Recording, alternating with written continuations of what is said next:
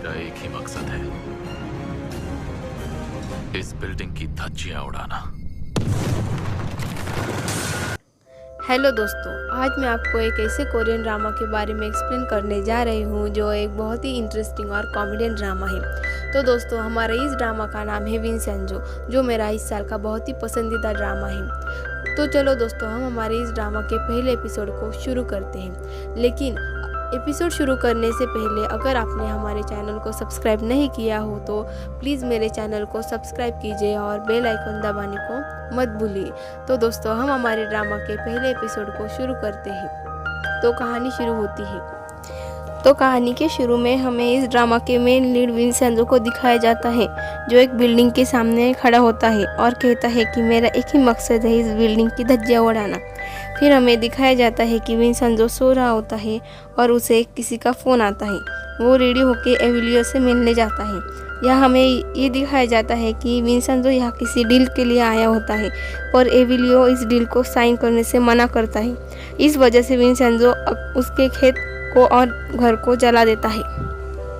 बाद में Vincenzo church में आता है। यहाँ वो अपने डैड से मिलने आता है, जिनकी आज ही डेथ हुई होती है। यहाँ हमें ये पता चलता है कि विंसेंजो कसानो फैमिली का होता है, जो कि इटली की बहुत ही जानी मानी फैमिली होती है। फिर वो अपने भाई पाओला से मिलता है। यहाँ उनकी बातचीत दिखाई जाती है। यहाँ हमें ये दिखाया जाता है कि विंसेंजो के पिता को पाओला से ज़्यादा विंसेंजो पे भरोसा था। फिर वो वहाँ से चला जाता है और घर पर आता है। यहाँ हमें ये दिखाया जाता है कि विंसेंजो को मारने के लिए उसके भाई पाओला ने यहाँ 3 गुंडे भेजे हुए थे, मगर विंसेंजो उनको चकमा देके उनको ही मारता है।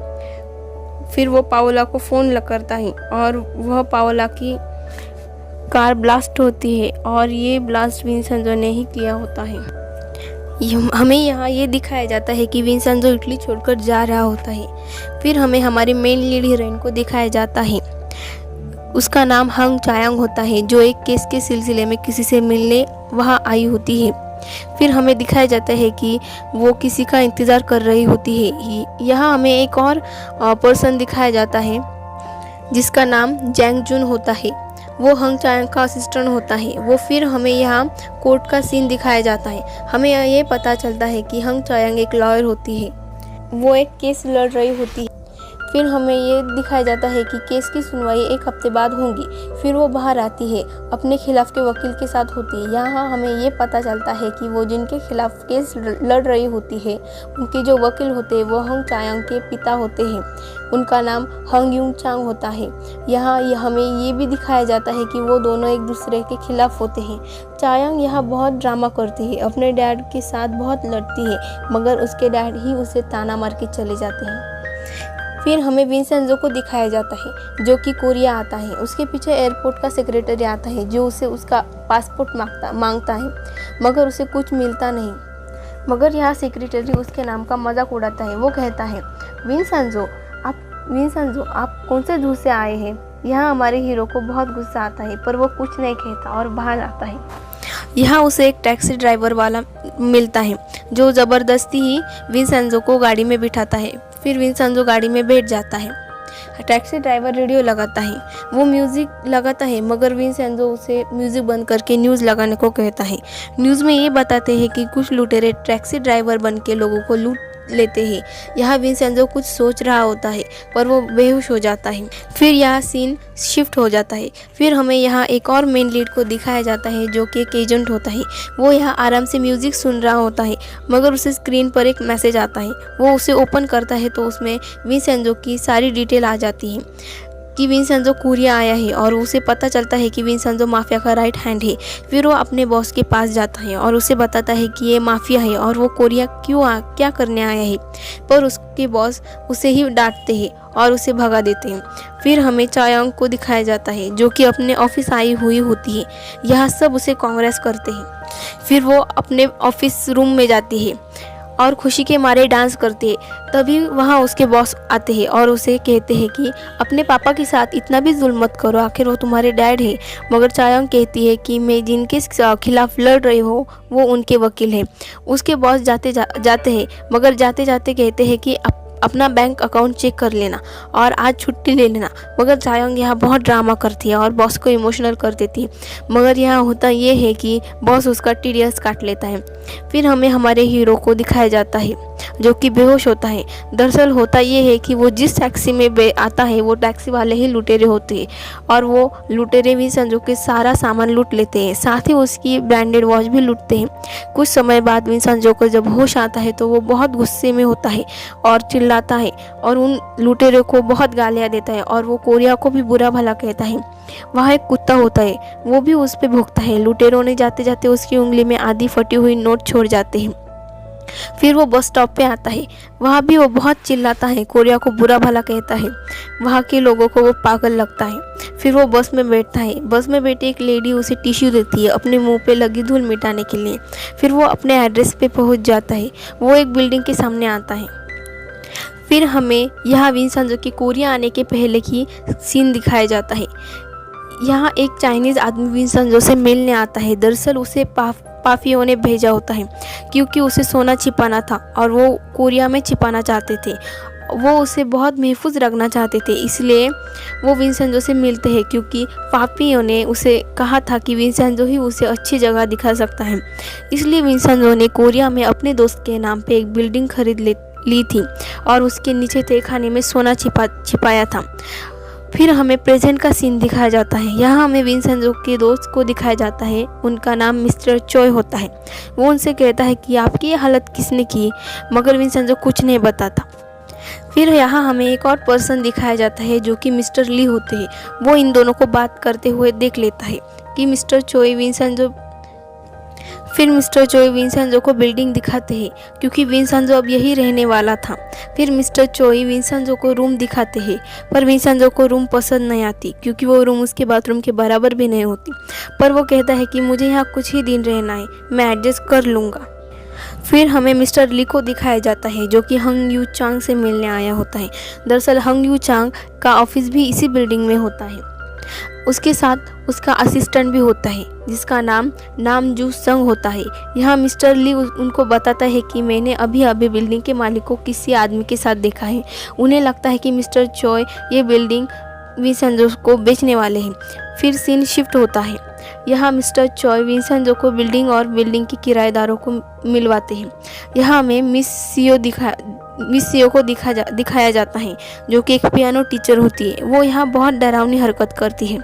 फिर हमें मिस्टर टाक को दिखाया जाता है जो कि एक लॉन्ड्री वाले होते हैं। वो भी अजीब हरकत करते हैं।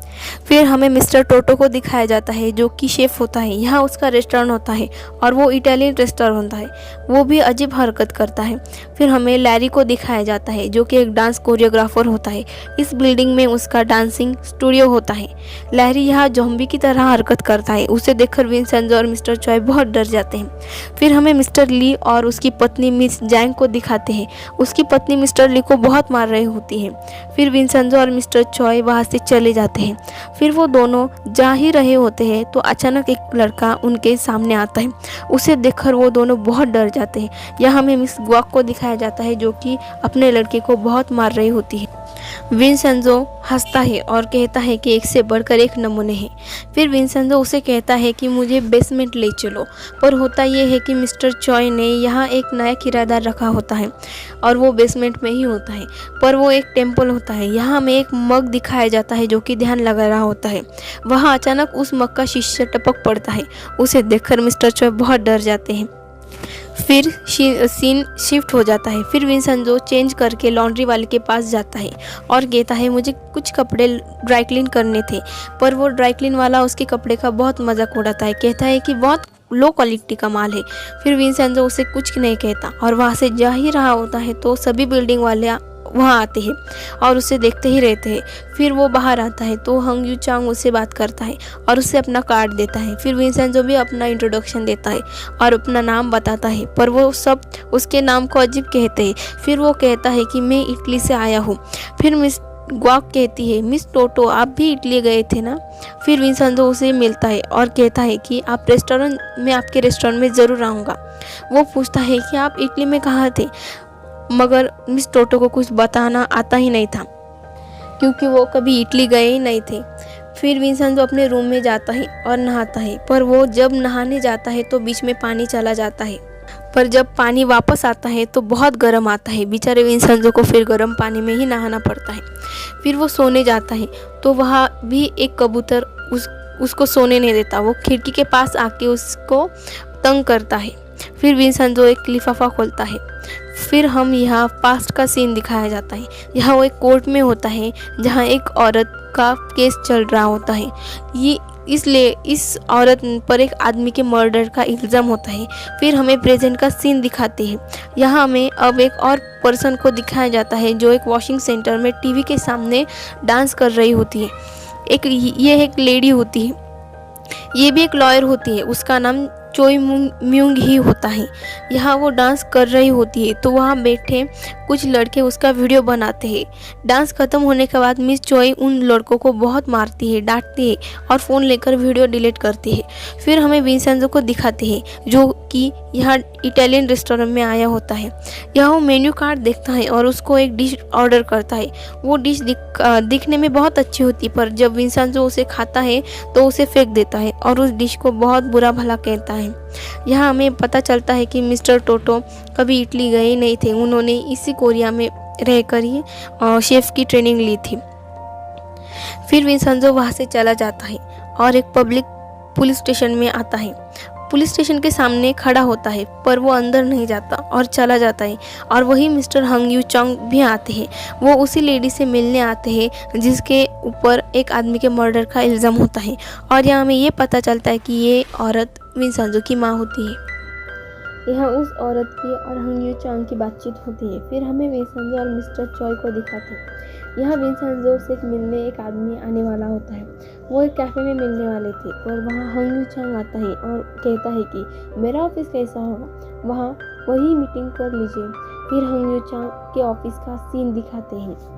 वो आदमी बिल्डिंग खरीदना चाहता है, मगर विंसेंजो मना करके उसे जाने की कहता है। फिर हमें लैरी का डांस स्टूडियो दिखाते हैं, जहाँ सारे प्लाजा वाले आते हैं। यहाँ लैरी ने साफ़ सफाई की होती है। प्लाजा वाले आते हैं यहाँ और साफ़ सफाई को गंदा कर देते हैं। यहाँ लैरी को बहुत गुस्सा आता है। यहाँ मिस्टर ली के पैरों में बहुत पसीना आया होता है और वो इधर उधर घूमते हैं तो उनके पैरों के छाप पड़ जाते हैं। लैरी को बहुत गुस्सा आता है।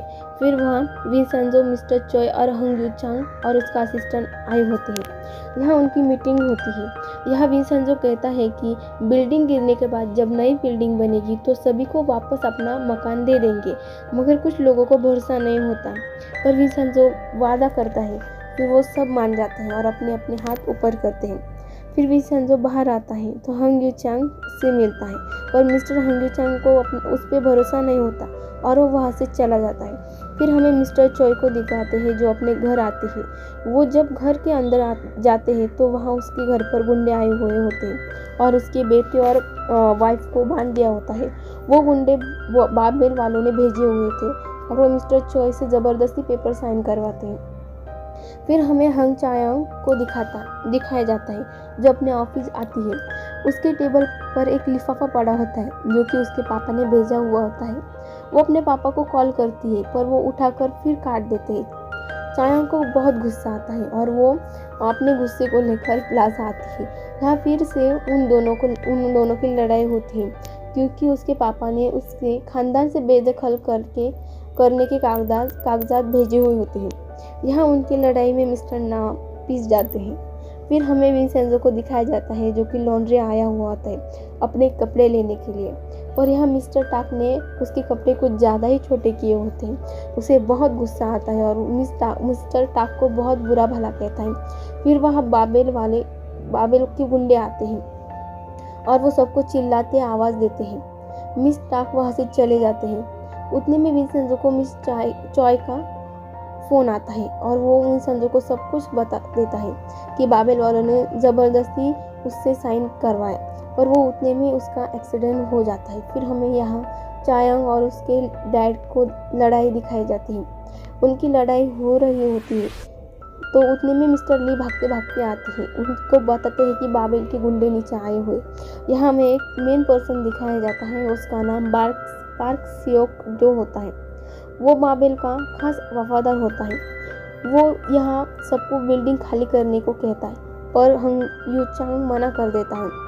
मगर यहाँ मिस्टर पार्क का एक आदमी हंग यू चांग को धक्का दे देता है। यह हंग चायांग को बहुत गुस्सा आता है और वो उस आदमी को धक्का दे देती है। वो आदमी कहता है तुम कौन हो? तो हंग चायांग कहती है कि मैं इनकी इकलौती बेटी हूँ। पर हंग यू चांग कहते हैं कि तुम मेरी बेटी नहीं हो। पर चायांग उन्हें चुप रहने के लिए कहती है। यहाँ चायांग उन्हें बहुत बुरा भला कहती है। वो आदमी चायांग को पीछे धक्का दे देता है। अब चायांग को बहुत गुस्सा आता है और वो उसकी कॉलर पकड़ती है। फिर वो आदमी उस पर हाथ उठाने ही वाला होता है तो यहाँ हमारे मेन लीड हीरो विंसेंजो की एंट्री होती है। यहाँ वो आगे आता है और मिस्टर टाक के गले से टेप खींचता है। यहाँ चायांग उसे देखती ही रहती है। यहाँ मिस पार्क कहते हैं अब तुम कौन हो? विंसेंजो कहता है कि मैं इस बिल्डिंग के ओनर को रिप्रेजेंट करता हूँ। मेरा नाम विंसेंजो कस्सानो है। उसका आदमी कहता है विंसेंजो एकदम थर्ड क्लास नाम है। हंग चायांग भी उसके नाम का मजाक उड़ाती है। वो कहती है विंसेंजो क्वासानो। यहाँ विंसेंजो को बहुत बुरा लगता है कि उसका नाम का यहाँ मजाक उड़ा रहे हैं सब। यहाँ पे उसकी उन लोगों के साथ लड़ाई होती है। वो मिस पार्क को टेप बांधकर खिड़की से बाहर लटका देता है और कहता है कि ये बिल्डिंग सिर्फ और सिर्फ मेरी है। तो दोस्तों ये एपिसोड यहीं पे ख़त्म हो जाता है। अगर आपको सेकंड एपिसोड देखना हो तो प्लीज़ मेरे चैनल को सब्सक्राइब कीजिए और बेल आइकन को दबाना मत भूलिए।